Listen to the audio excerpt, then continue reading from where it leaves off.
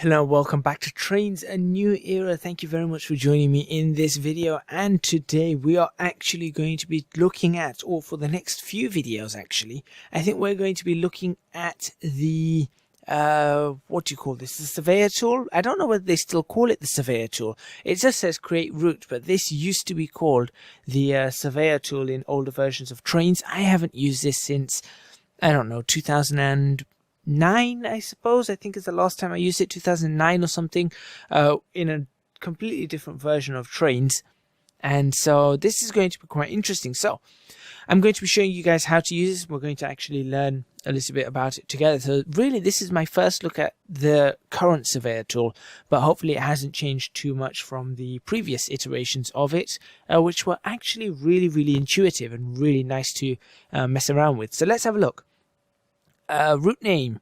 We can have route name, session name. I don't know what. Oh, I suppose that's to create new sessions in a route. Yeah, that makes sense. Geographical location. Let's start with route name. Let's just call it. Let's just call it something like. What should we call it? What should we call it? You know what? A city that or an area that I had in a City Skyline series called Shadow Hill. I actually did this area as well in an Airport CEO series. I call it Shadow Hill as well. It's just a nice name, Shadow Hill. Session name, default, why not? Geographical location. So we've got various geographical locations, as you can see. Default has no road traffic, so you want to add cars to the map configuration folder or file directly. You've got France, home of champagne, good cheese, and the most romantic city in the world. Okay, Germany, castles, beer, homemade sausages, Oktoberfest, BMW, beer, that's twice, the Mercedes, the VW, and beer. Okay, that's 3 times. Need we say more? Hungary, home of the endless plains, winding rivers, slopey hills, and the Tokaj wine. I didn't know that. Hungarian area settings for Train Sim 2009. Please visit the website www.trainz.hu. Thank you. So we're just going to go through these quickly. Switzerland, an area that I'm not sure. Ukraine, which doesn't have one. United Kingdom has a lovely one. United States has another lovely one. 1950s. This is a region of 41 highly detailed road vehicles. Okay, for American. And then we've got Australia. Alright, so let's go to United Kingdom. And before I continue, if you are interested in purchasing this title or any of its DLC or anything like that, there is a link in the description box below. I do have an affiliate link now, so if you do go check that link out and just click on it, and everything's back as normal, but it does go through my little affiliate scheme, which does really help me out. So if you do want to purchase anything of Trainz, do please go through that. That is in the description box below. You will find it right there. Anyway, let's continue on this. Once again, we're going to look at working scale. So this is really good because they only used to have, I think, 3 scales, I think, in the old one, but this seems to have a lot more. So we've got real scale, we've got the S scale, the TT scale, the Z scale, the number 1 scale, the half scale, the G scale, the HO scale, the N scale, the OO scale, the O scale, and the real scale. Now OO is one that I'm very used to. OO gauge is the little Hornby train sets that you get in your house, or I suppose if you're in a different country, there won't be Hornby, there'll be whatever's really popular in that country. I think Germans have a completely different one, but over in the UK, I think Hornby Hobbies and Corgi, which is the parent company, or one or the other, is the one to go for. But yeah, so OO scale is a really popular one. HO scale is another popular one. That's a much bigger scale. I don't know what O scale is. Never seen O scale. N gauge is another big one, and G scale is G the one that you can sit on? I think they're the ones that you can actually sit on. So they're big enough that people can actually sit on them, but you have to sort of sit atop the train as opposed to sitting inside the train or something like that. But anyway, we're just going to go for real scale. Units, we're going to go for imperial units because we are imperial. Alright, and this is the Surveyor Tool. This is our our map. Not great, is it? Let's have a look what we've got. We've got quick drive, which is good, so it allows us to drive in our new map. We've got session rules, we've got search filters, and we've got wireframe view. Fantastic. Right. So we've got driver setup, driver command, cleanup, derail, trains, quick drive rule, context data rule, handler or handler rule, interlocking tower path, selection UI, and custom HUD. All right. This is actually more complicated than before. Now what's this? We've got layers. We've got root layer and session layer. So if we just get rid of the session layer, we're just going to focus on the root layer right now.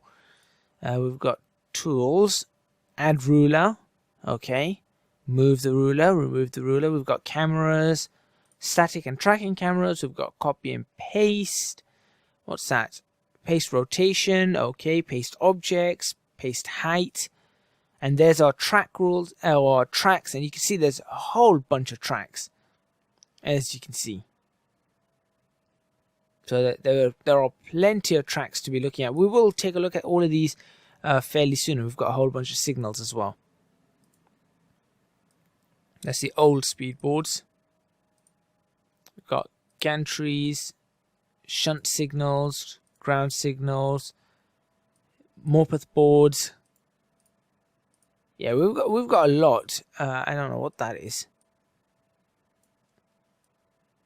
Certainly not UK. I don't know what UZ is. So we've got a few of these things here and there. I mean, you know, you can have a look at them.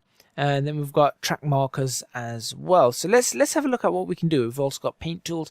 The first thing I need to do is I need to work out how do we, if we undo that. Oh, is that brought the layer? Has that brought the layer back? It has. Let's hide the layer. Go back to that. Add layer, no. Delete layer, no. Merge layer, no. Lock entire route, no. What happens if we add a layer? Nothing that I can work out. Right, okay.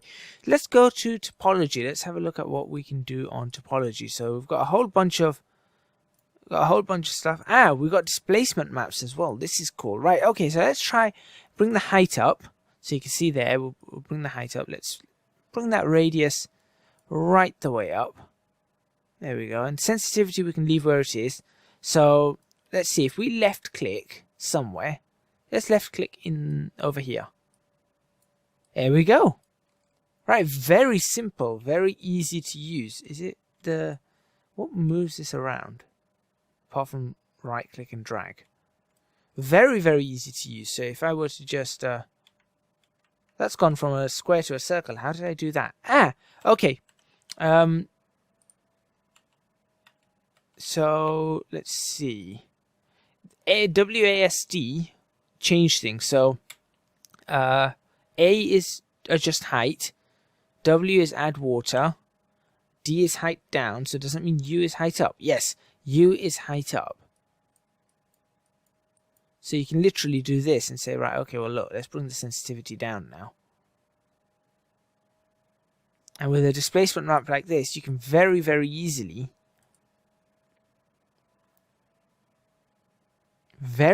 create a region that you want to run tracks through, which I think is pretty nice. And you can clearly see if we go to a wireframe view, which is F9, I suppose you can clearly see how this is affecting everything. Let's bring that sensitivity back up and just run it. If we just run it over this, give it a really hilly region. Now, the one thing I do want to try and get going is understanding where see, look at that. You can see the actual pattern there, but then when you run it over like this, things change and becomes very, very random very easily. You see?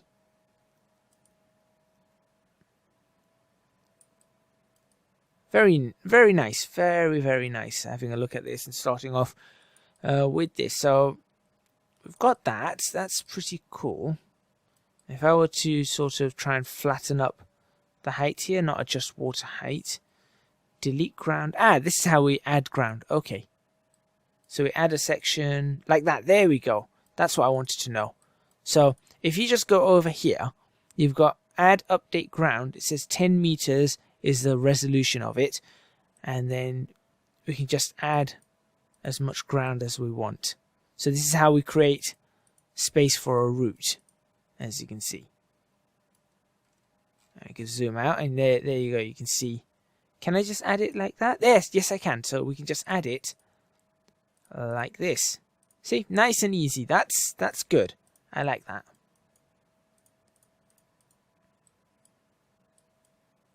Okay, and then we can just zoom back in. And there we go. Suddenly we've got a whole bunch of ground to mess around with. Now, what we can do is we can probably... Can we fix the height on these, maybe? I don't know. Ah, yes. Okay. So, by clicking, if we go to adjust height, you can click and drag, and that will adjust the height parameters of the section you've selected. I want to see if there's a smoothing. That's horrible. I want to see if there's a way to smooth this. That's what I want to see. What do we have? Use height, plateau, great. Get height. Smooth is what I'm looking for. There has to be a smoothing tool, right? And you can increase the displacement or reduce it. You can go for hill mode. So if we go here, it's going to make a... There you go. Look at that. It's making some hills now.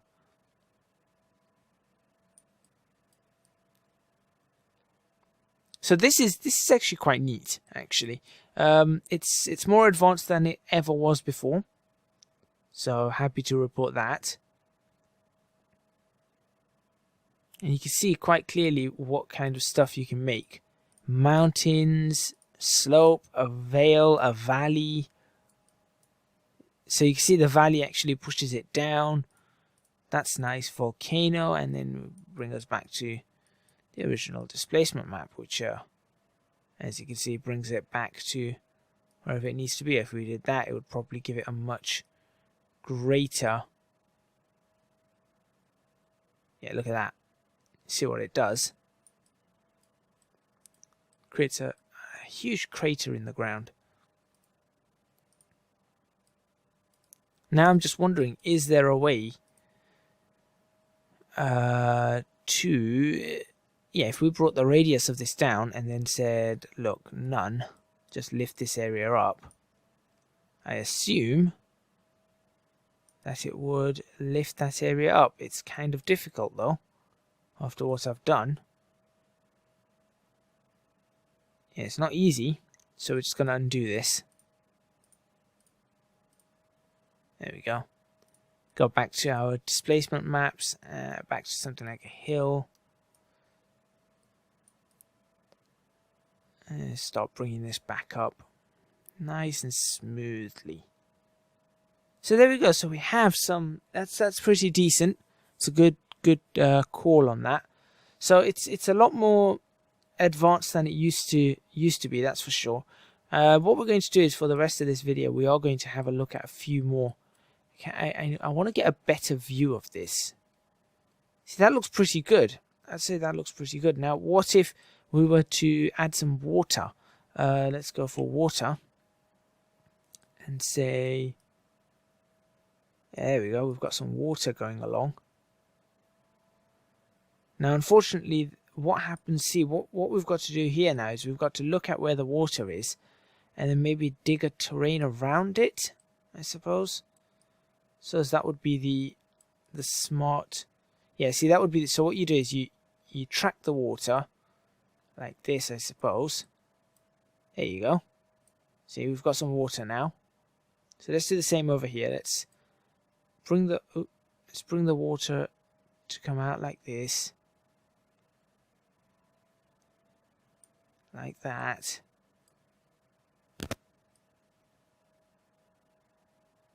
And like that. There we go. So we've done that. Now what we can do is we can bring the radius down, and we can make a few little, I suppose, There we go. Got one like that.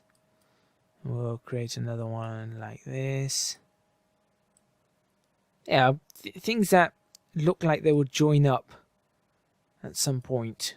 Let's create another one like this, or something of the sort. There you go. So now when we zoom in, you can see where the water is. So that's our water layer. It says water height value 2 meters. Can we adjust the water height? Ah, yes, we can actually bring the water height down. Let's say we were to bring it down to just about there, and you can see where the river, or the river that we're trying to make, flows. And then all you do, I suppose, is you go height down. Oh, not that, not like that. Maybe a little bit more, like this. And you work it out from there. And you go, right, okay, how's this gonna go? We're gonna make it something like this. Let's bring the water down a little bit more, actually. If we bring the water down to something like so. There we go. Bring that height down. Bring it down like that. And all you do is you just follow along. So we need to see obviously where the water is. I keep hitting the wrong keys here, but look, go like this, and suddenly we've got ourselves a river, which is really nice. I like that idea. I like that, the way that's working. We can create banks. I mean, obviously, I'm doing this very quickly. I'm not spending the sort of time that you would want to spend on something like this. Let's bring the water up so we can see where it goes. And then if we were to, I assume, this is my assumption. That's how we do that, by the way. This is my assumption on it, is if I were to do something, let's say, like this. Let's give it a bit more sensitivity. Like that, and then go over here and go, look, it's going to go like this, around along there. We're going to go along here, like so, along here. This is obviously a river that's going inland. There we go. And bring the water height down. And there you have it. You've actually got yourself a river. That's exactly that actually went the way I was hoping. Not perfectly, but it definitely did go generally the way I was hoping. There we go. Look at that. You've actually got yourself a river that you can then trace along and follow along. And what you can do is you can obviously make the river wider so that you don't have some of these edges being seen. So, for example, if I go along here and like so, you can see that over here we've got a bunch of edges being seen from the river. So all you do is you go, right, add water, and you go, right, let's add water along like so, and like so, and like so. There we go. Like that, around there, like that. And there you go. Suddenly you can't see any more, you can't really see the edges. So we can just build it up. So I could say, right, okay, over here it's obviously getting a lot bigger, so we do something like this. As the river gets bigger, there we go. That looks pretty good. And like that, and like that, and like that. And we can say, right, over here we don't want it to be the way it is, so we'll just do that. And I suppose we can flatten it out. Yeah, there we go. We can then flatten it. So you can select that and go, yeah, we want to flatten it out. Again, using these filters, like the hill filter, so you can see that that's going down and up as a hill, which is pretty good. Yeah, follow it along and say, right, over here, how about over here? Well, this is quite good. So we'll just add some water along here, like so. You say the river's really expanding out over here. And there we go, like that, and the river goes back this way, like that. There we go. And suddenly we've got this entire river section that we have to look at. And then all we do is we say, well, let's lower the river height and see what we come out with. And we've come out with that. And that looks actually really quite good. Apart from this section here, the rest of it looks, apart from this section here. Okay, let's go back this way. This section of it looks really quite good. Now, to end this video off, to, you know, the first look at the Surveyor tools, I am going to have a look at some painting. Let's get some painting going on. So we can paint in some sort of grassy textures. It's all right, isn't it? Yeah, it looks fairly good. Rocky textures. We can change at the scale, right? And my only issue here, I'll be honest, is the fact that it's really easily, you can see the tiles. That's my issue here. I mean, if you look at that, you can clearly see the tiling on it. I hope that is addressed pretty soonish. You know, if you had a seamless texture, this is clearly not a seamless texture. Look, you can see that if they can get a seamless texture on this, then I think it would look really quite remarkable, because that's kind of important. A lot of things revolve around nowadays these textures where you cannot tell. And by the way, all I'm doing here is just left clicking and dragging, where you cannot tell what is and isn't an actual, you know, what is and isn't tiled, what isn't a repeating texture. And that is the idea of a seamless texture, really does that. Fill grid. What's this? No, let's not do that. But obviously, if you were to then go ahead and try and change the direction of the textures like so, it does sort of help, as you can see. Doing that sort of starts helping, but it's still very obvious that texture is not seamless. It's very, very obvious on that. So, you know, that's something that really does need some sort of work on it. I'm actually going to end this particular Trainz video here. Hopefully you guys have enjoyed it. What I'm going to do is I'm actually going to give ourselves a little bit of a look at this. We've got grain farms over here. But I am going to end this video here. And what we're going to do is in the next video we're going to continue with this Surveyor tool. So we've done the early. See, that looks okay, and the reason that looks okay is because that a grain farm has this texture. You see that texture that a grain farm has. That's actually how a grain farm looks. A rock doesn't look like this, but a grain farm does look like this.